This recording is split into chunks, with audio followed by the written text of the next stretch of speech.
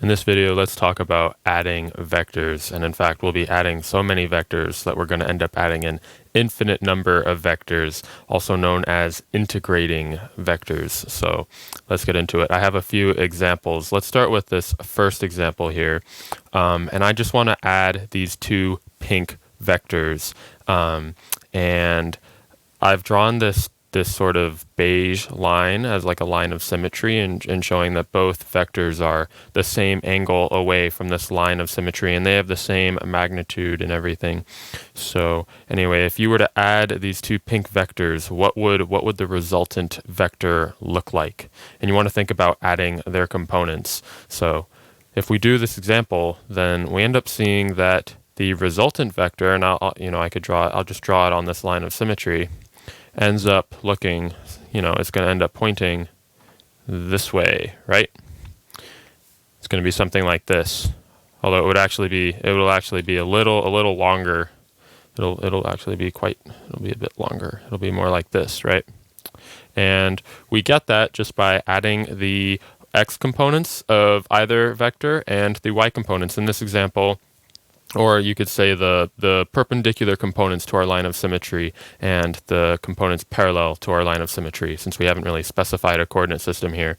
But for the rest of these examples, I'll assume that up is positive y direction, or at least for the next 4 examples, and that to the right is the positive x direction, so that we can talk about components in relation to this coordinate system. So these two pink vectors, if you look at their y components end up canceling each other. If we draw their y components in a sort of this bluish color, right? So that's the y component of this upper pink vector, and then if we draw the y component of this bottom pink vector, and we add their y components, these two vectors just end up canceling each other, right? You go up and then down, or down and then up, however you want to look at it. They cancel, and then all that ends up getting added are the x components of either vector. So this one might have a x component vector of something like this. The bottom one and then the top one will have the same thing, and then you just add both of those, so you get 1, 2, and then you get our resultant vector, which I've just kind of moved over to the right. So the resultant vector of adding these two pink vectors is this one right here. So let's try another example. Let's say we had a few more vectors that we've got here, and again, I've got my beige line to be a line of symmetry, and I want to add up all of these vectors. What's the resultant vector going to look like? And I'll do it in that same kind of bluish color. And if you look at the components, you want to add them by looking at their components. And again, for this example, the vectors that are the same color are the same angle away from the line of symmetry, this beige line, and also have the same magnitude. So their components have the same magnitudes as well, but their y components are just in opposite directions. So if we add all of these vectors, we end up getting a resultant vector that points. Let me draw a straight line. That points to the right, something like this. And it would actually be a bit longer than this because we have all of these x components that we're adding up. But and we get this because the y components of each vector cancel. So if I were to draw the y component of the green vector, right, I've got something like this as this y component, and then I've got something like this as this y component. So this green vector is the y component of this one, and this green vector is a y component of this green vector. These y components cancel, and then their x components just end up adding. Same thing for the two pink vectors, and same thing for the two yellow/golden vectors. So adding them up, we just get a resultant vector that points to the right. So let's do one more example in this video. So let's try tackling a charge problem. Okay, so right here on the right, or on the left, I've got a rod of uniform charge density. And what this means is that I've got charge uniformly distributed along this. If we consider just the dimension of length here, then these positive charges are equally spaced along this rod. And I want to find what the net electric field vector is at this beige point. And the beige point is along a line that goes midway through the rod, right? So to do this problem, and we'll get into the math and other things later on, but I just want to talk about the visuals now. To do this problem, what we're going to have to do is we're going to have to slice this rod up into an infinite amount of infinitesimal portions of charge, and then treat each one of those infinitesimal portions of charge as a charged particle. So what do we mean? What am I talking about? So let's take the first end of this portion of this linear rod, and we assume the whole thing, right? It's got that uniform positive charge density. So let's take this little bit, right? This chunk right here. It's got a thickness of dy in this case, if I consider up and down as being my y-axis. So it's got a thickness of dy, and it's got a charge of dq, right? An infinitesimal amount of charge.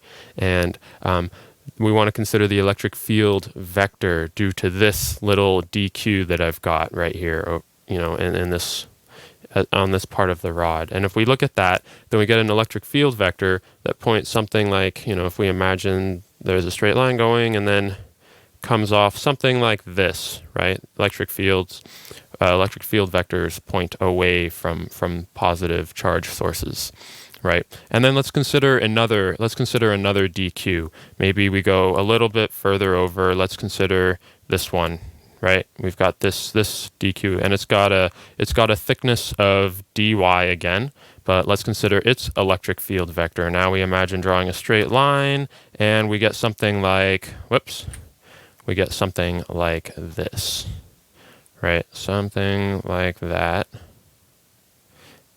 right? And I left a little gap. Really, you'd be going along and you wouldn't leave any gaps. You'd have an infinite number of these DQs going from one side all the way down to the other. But I just want to get the main idea across. And then if we were to consider a DQ right here, right? Let me stop drawing straight lines, and let's consider a DQ right here, right? Then its electric field vector at this point is going to be straight out, just like that, right? And let's do two more DQs so that we can kind of get a good idea of what's going on. So, and I'll do them in corresponding colors too. So let's pick a DQ right here, another infinitesimal amount of charge with thickness dy. So this vector is going to point something like this, right? Something like this. Okay, and then let's pick the one on another DQ on the far end of the rod, like we did as our first electric field vector. So then that gives us an electric field vector at this point that looks like this. And so, this might start looking familiar, something like the vector, the two examples that we did up above, especially like number 2 here. So, and this is actually technically integrating along this linear rod of uniform charge density, because we're just adding up the electric field vector at each point due to each dq for the entire rod, which is technically integrating. Again, integrating is just adding up, so we're just adding up all of the electric field vectors due to all of the DQs, the infinite amount of DQs here. So of course I could sit here all day and draw as many electric field vectors as I want and still not draw all of them, because there's an infinite number of them. There's an infinite number of DQs along this rod. But what I've tried to do is give an idea of what the net electric field vector at this point would look like. So if we look at it, the vertical components of the corresponding vectors, which I've drawn in the same color, right? This electric field vector has a vertical component that's going to cancel the vertical component of this one, right? If I were to just quickly draw their vertical components in orange of these two pink vectors or magenta vectors, their vertical components cancel, right? But then their horizontal components, if I were to just quickly draw them on the side here, right? Maybe that's the horizontal component of the first pink one, of the first magenta one, and then they should be the same. I tried to draw them the same length. And then this is the horizontal component of this vector, right? And then you add those up and you just end up going one, right? One horizontal, and then the same one again, right? And then the net resultant vector of adding these two magenta vectors is just this one right here. right?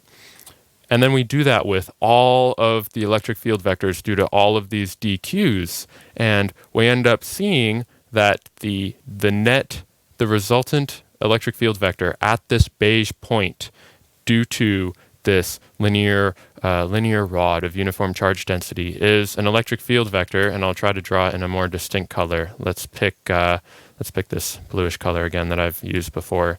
Ends up looking like this. Ends up being along here, and it's something like this, right?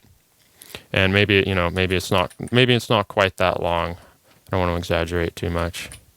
Let's try drawing this again, or something. I don't know, something like this, right? So you get the idea. It's an electric field vector that points directly to the right, directly in our positive x direction as we've chosen it. And the reason why is because the vertical component of the electric field vector due to each dq cancels on each corresponding side of the rod. You start on this, you pick this dq, and then you pick this dq, and their vertical components cancel. Then you move over an infinitesimal amount by dy. You pick this dq and then this dq, and their vertical components cancel, and you just keep on doing that, and you keep on working your way. You can imagine working your way towards the center of the linear rod, and that's the only vector that doesn't have a vertical component that isn't canceled, because its vertical component is 0.